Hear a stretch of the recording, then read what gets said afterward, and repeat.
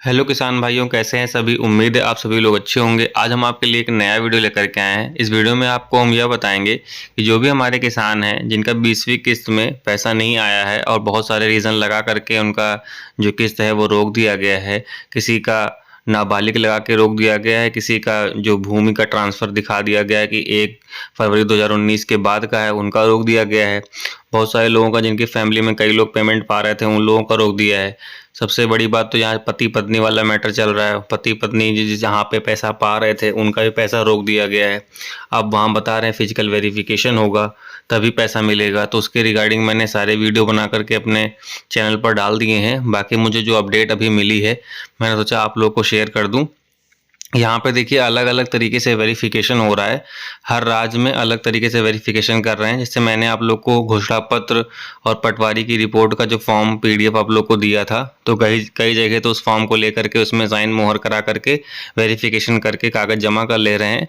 बाकी कई जगह, जैसे राजस्थान की बात कर रहा हूँ मैं, राजस्थान राज्य की, तो वहाँ पर जो डिक्लेरेशन फॉर्म शपथ पत्र मैंने दिया था वो लोग वहाँ पे एक्सेप्ट नहीं कर रहे हैं। वो नए तरह का शपथ पत्र अपने खुद कृषि विभाग से दे रहे हैं और किसान से उसमें सब कुछ लिखवा रहे हैं और उसके बाद उसको जमा करवा रहे हैं। तो जो नया शपथ पत्र आया है वो कैसा है, और उसको अगर आपको ज़रूरत पड़ती है तो आप लोग उसका पीडीएफ मेरे चैनल से प्राप्त कर सकते हैं। व्हाट्सएप चैनल मेरा यूट्यूब के, जब आप यूट्यूब के डिटेल्स में जाएंगे तो मेरा व्हाट्सएप चैनल का लिंक उसमें मिल जाएगा, वहाँ पे क्लिक करके आप प्राप्त कर सकते हैं। बाकी मैं अपना नंबर डिस्क्रिप्शन बॉक्स में डाल दूंगा, वहाँ से भी आप प्राप्त कर सकते हैं।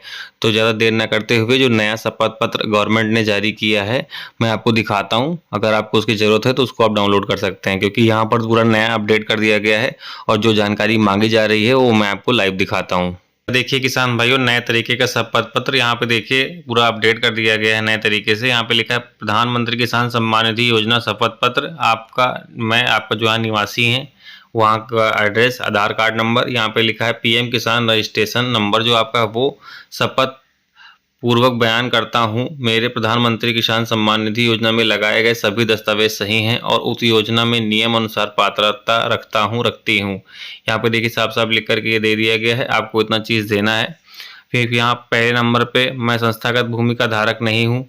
मतलब कि कोई संस्था, मतलब समझ रहे हैं ना आप। जैसे मान लीजिए आपका जो भी ज़मीन है वो किसी वहाँ पे कोई कॉलेज, स्कूल या कोई फैक्ट्री, कुछ ऐसा तो नहीं लगा है कि आपने उस ज़मीन को सेल कर दिया हो और उसके बाद उसका पैसा भी ले लिया हो और आपने पीएम किसान में अपना नाम ना कटवाया हो। तो आप लोग बिल्कुल कटवा लीजिएगा। वहाँ पे कोई संस्था, ज़मीन या कोई एजेंसी या पेट्रोल पंप कुछ भी बन गया हो तो वहाँ पर आपने ज़मीन सेल कर दी है तब भी आप पीएम किसान सम्मान निधि का लाभ पा रहे हैं, तो आप उसको कैंसिल करवा दीजिएगा, ऐसा ना हो।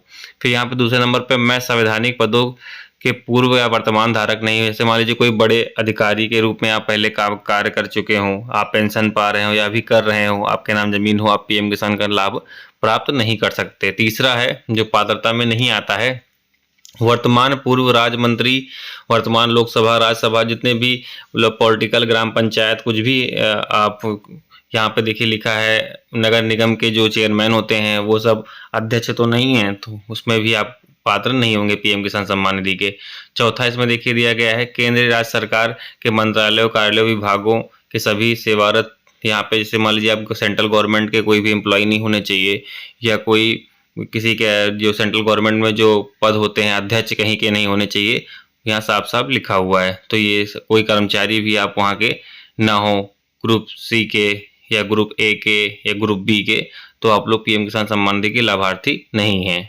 और यहाँ पे देखिए 5वें नंबर पे लिखा है मैं सेवानिवृत्ति पेंशन भोगी पेंशनर जिसकी मासिक पेंशन 10,000 रुपये या उससे अधिक नहीं है, मल्टीटास्क स्टाफ चतुर्थ श्रेणी कर्मचारी ग्रुप डी को छोड़कर, यानी ग्रुप डी के कर्मचारी को छोड़कर बाकी जिसकी सैलरी 10,000 से ज़्यादा ना हो और पेंशन उनकी 10,000 से ज़्यादा ना हो, अगर है तो वो पीएम किसान सम्मान निधि के लाभार्थी नहीं माने जाएंगे।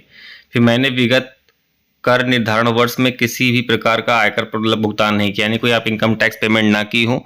अगर आपने इनकम टैक्स फाइल किया है तो आप पीएम किसान सम्मान निधि के लाभार्थी नहीं माने जाएंगे। 7वें नंबर पर देखिए मैं डॉक्टर, इंजीनियर, चार्टर्ड अकाउंटेंट, इसके बारे में मैंने आप लोग को पहले ही बताया है कि कोई सा गवर्नमेंट अधिकारी या कोई गवर्नमेंट का पद आपके पास नहीं होना चाहिए, नहीं तो आप पीएम किसान सम्मान निधि के लाभार्थी नहीं पाए जाएंगे। यहाँ पे देखिए जो 8वें नंबर पर लिखा है मेरे अलावा मेरे परिवार में किसी और ने पीएम किसान सम्मान निधि योजना का लाभ प्राप्त नहीं किया है।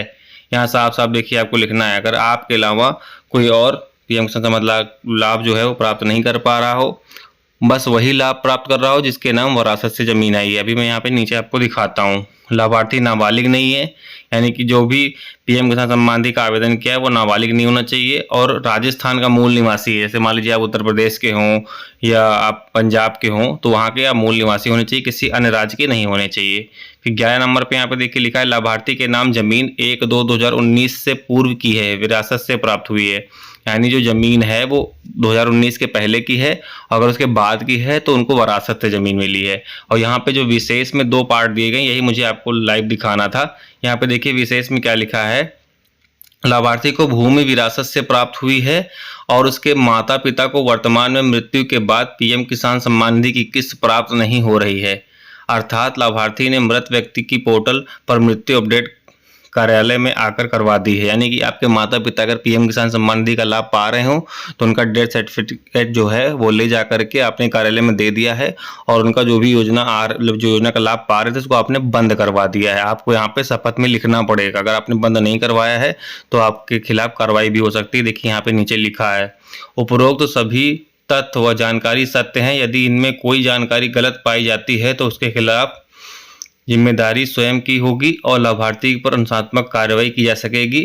वह अपात्र पाए जाने पर जमीन सम्मान, यहाँ पे लिखा है, वह अपात्र पाए जाने पर पीएम किसान सम्मान निधि की किस्त कार्यालय में जमा कराया जाएगा। यानी कि अगर आप अपात्र पाए गए, आपने गलत जानकारी दी है, तो आपसे जितनी भी किस्त आप प्राप्त किए हैं सब एक एक किस्त गवर्नमेंट आपसे जमा करवा लेगी।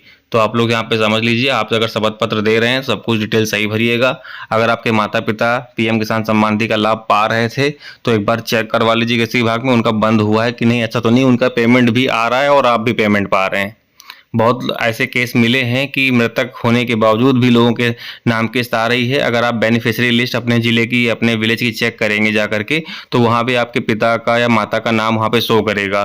तो एक बार आप देख लीजिए, अगर शो करता है तो तुरंत किसी विभाग को इन्फॉर्म करिए और उसको कैंसिल करवा दीजिए, क्योंकि मृतक व्यक्ति का पैसा जा रहा है, इससे क्या फ़ायदा है।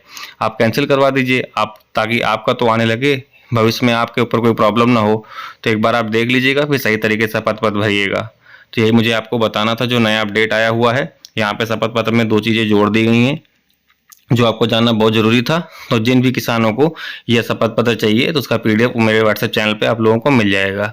तो उम्मीद करता हूँ अगर यह जानकारी आपको अच्छी लगी है तो मेरे वीडियो को लाइक करिएगा और चैनल को जरूर सब्सक्राइब करिएगा, ताकि आगे आने वाली जो भी अपडेट होती है वो सबसे पहले मैं आप लोगों के लिए लेकर के आता हूँ। तब तक के लिए धन्यवाद, मिलते हैं अगले वीडियो में। जय हिंद, जय भारत।